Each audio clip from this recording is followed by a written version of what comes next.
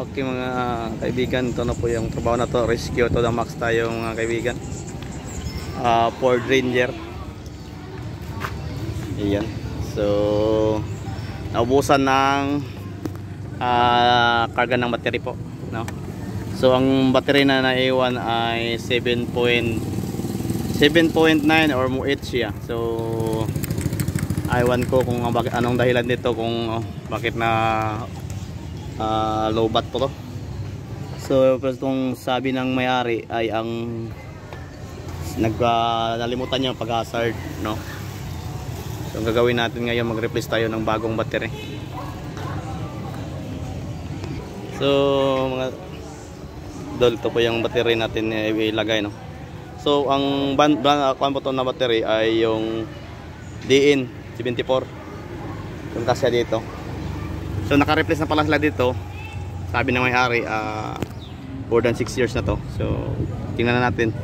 Pero hindi pa lang pala kasi po yung battery din ay bago na, hindi yung original na battery ng Ford, yung Pomo ko.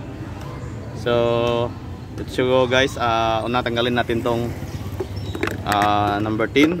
Dito po na number 10 sa negative po tayo. Pagkatapos yung number 10 po dito sa positive. Tapos so dito po yung number 13 dito sa ilalim, no? Yan po ang naka-clip po dito eh. Kailangan natin tanggalin muna yung holder dito bago natin ilagay yung battery. Okay, dol, ito na po yung mag-replace tayo, no? Pagkatapos yung dito yung tornilyo, ito lang gagawin natin.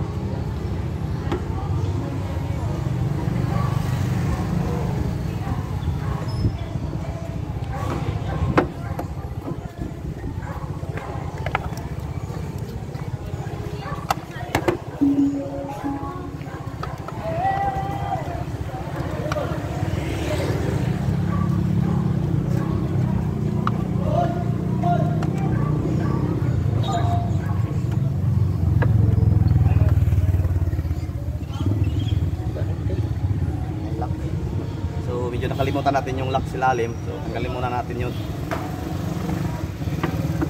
Matigas-tigas. Mayroon pa dito na iwan na lock.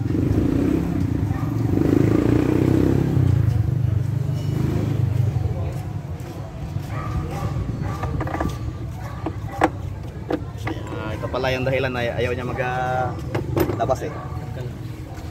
Yan na. Sa pag-replace ng battery, medyo may mahirap pa rin dito. Kailangan ng kasama. Buti na lang may tumutulong sa atin dito.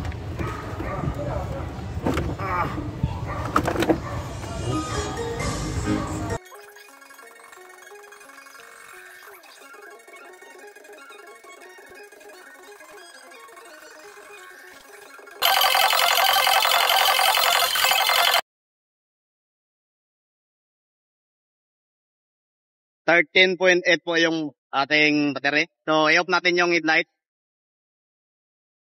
Okay.